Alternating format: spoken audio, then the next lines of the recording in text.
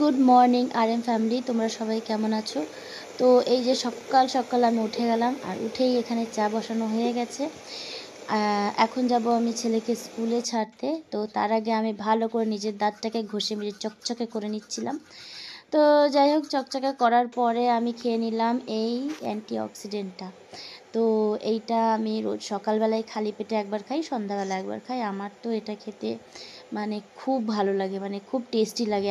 আজ অবধি এমন কিছু হয়নি যেটা আমি খুব ইন্টারেস্ট নিয়ে খেয়েছি, বাট এই ওষুধ না, এই অ্যান্টিঅক্সিডেন্টটা আমি খুব ইন্টারেস্ট নিয়ে খাই। এটা খাওয়ার পর আমার অনেকক্ষণ খিদে পায় না। তো যাই হোক, এটা খুব টক টক বেশ কেমন খেতে বলবো, বিট নুনের মতো খেতে, এর জন্য ভালো লাগে। তারপরে আমি চলে এলাম এই যে আমাদের টেরেসে। আমি ছেলেকে স্কুলে ছেড়ে চলে এসেছি, আর এসে এখানে দেখাচ্ছি যে এই যে নতুন নতুন রডের বেঞ্চগুলো বানানো হয়েছে শুধুমাত্র টবের জন্য, আর এখানে কিছু ধনেপাতাও উঠেছে। ক্যান্ডি, এখানে খেয়েছে রে? খেয়েছে। সকাল সকাল বিছানা উঠে খুব মজা লাগে। বিছানা উঠতে যে কী মজা লাগে, কী মজা লাগে, সেটা আর কি বলবো।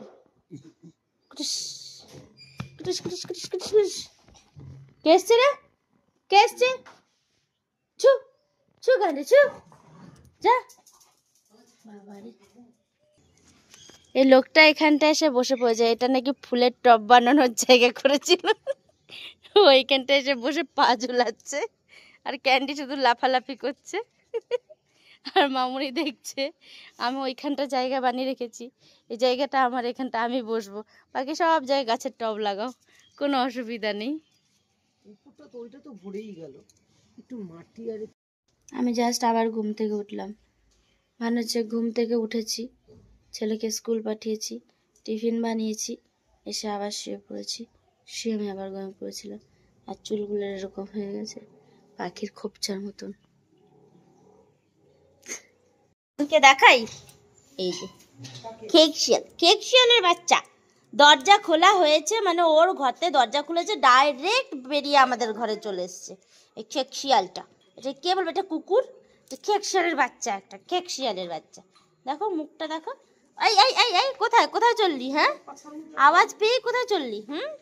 কোথায় কোথায় কোথায় কোথায় কোথায়? আর আমার ক্যান্ডিটা কোথায় ভয়ে চলে গেছে? এটা এসছে, আমার ক্যান্ডি ভয়ে চলে গেছে। পুচকুটার থেকে ক্যান্ডি ভয় পায়। হ্যাঁ হ্যাঁ, বলো। মুখটা দেখো, কে বলবে না এটা খেকশিয়ালের বাচ্চা? হ্যাঁ, এটা খেকশিয়ালের বাচ্চা, এটা খেকশিয়ালের বাচ্চা। ও শুধু হাত দিয়ে খেলবো, হাত দিয়ে খেলবো, না কামড়ায় না, একবারে না বললেই হলো। চাটা শুরু করেছে হাতটা। আচ্ছা ঠিক আছে, এইখানে আয় না, ভিডিও করছি সেটাও করতে দিবি না। দেখো হাত চাচ্ছে, দেখো হাত চাচ্ছে, হাত চাচ্ছে। খুশি ক্যান্ডির পিছনে লাগে, ওই যে ক্যান্ডি খুশিকে দেখেই পালায়। খুশি, এদিকে এসো, এদিকে এসো খুশি। ক্যান্ডি বাইরে যায় না। ওমা, তুমি লাইট বন্ধ করে দিল। ওই দেখো বেরিয়ে এসছে। দেখ দরজাটা এইটা কিন্তু লাগিয়ে দিও, নাহলে বেরিয়ে যাবে। দেখো, দেখেছো দেখেছো, একটুও ভয় নেই খুশির। ক্যান্ডির পিঠে চড়বে, ও ক্যান্ডির পিঠে চড়বে। এই ডোরটা বন্ধ কর, নাহলে এখান থেকে পুচকো। দেখো দেখো খেলা, দেখো ক্যান্ডির সাথে। ও মা গো, ক্যান্ডি ও চায় ক্যান্ডি ওর সাথে খেলুক, কিন্তু ক্যান্ডি ওর সাথে খেলছে না, এজন্য ওখানে বসে থাকে। কি হয়েছে? নিয়ে গেল না বাবা? এবার ওর পিছু করবে, কি রেগে যায়। বউ বউ বউ বউ বউ, কই রে? ক্যান্ডি কই? ক্যান্ডি কই? ক্যান্ডি, ক্যান্ডি কই? হ্যাঁ,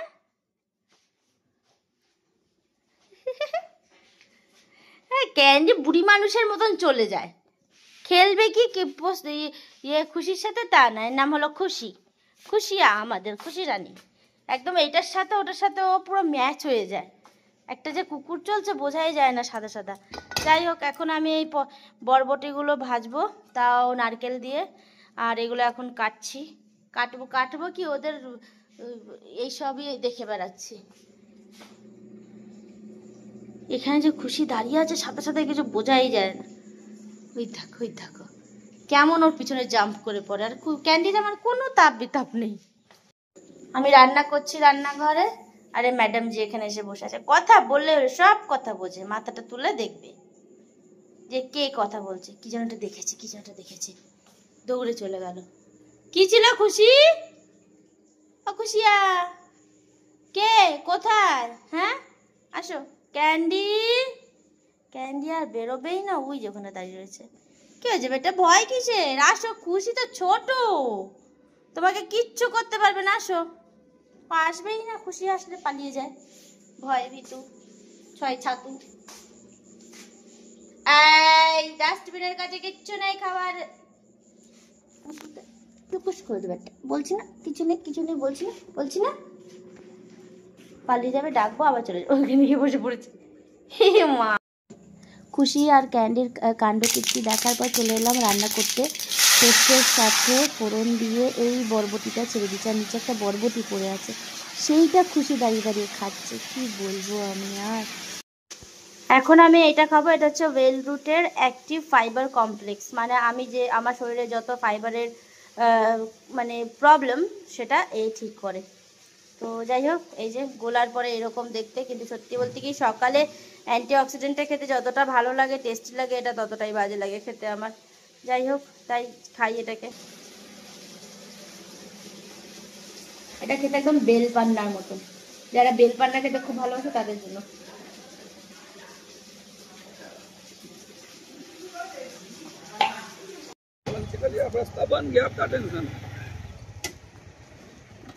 হাফ কেজি দেবে? হ্যাঁ এখানে মারবেন নাকি?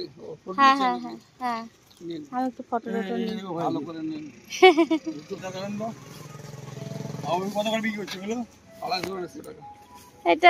এটা 50 টাকা দিয়ে দাও না গো। আমাকে 250 দিও না, আমাকে 50 দিয়ে দাও।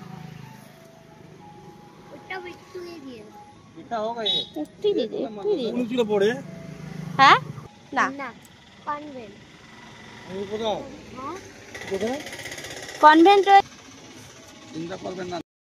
তো ছেলেকে স্কুল থেকে আনার পর এই তরকারিটা বাকি ছিল বানানো, ভেন্ডি আর আলুর তরকারি। এটা আজকে আমি মগজদানা আর পোস্ত দিয়ে বানিয়েছিলাম। নর্মাল, বেশ গামাকা খুব টেস্টি হয়েছিল খেতে। আমার ছেলে তো দারুণ লেগেছে খেতে।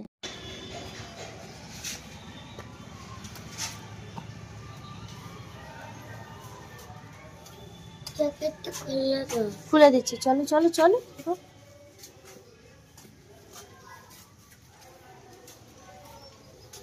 চললাম এখন ওকে নিয়ে ডান্স ক্লাসে। হ্যাঁ জ্যাকেট খুলে দেবো।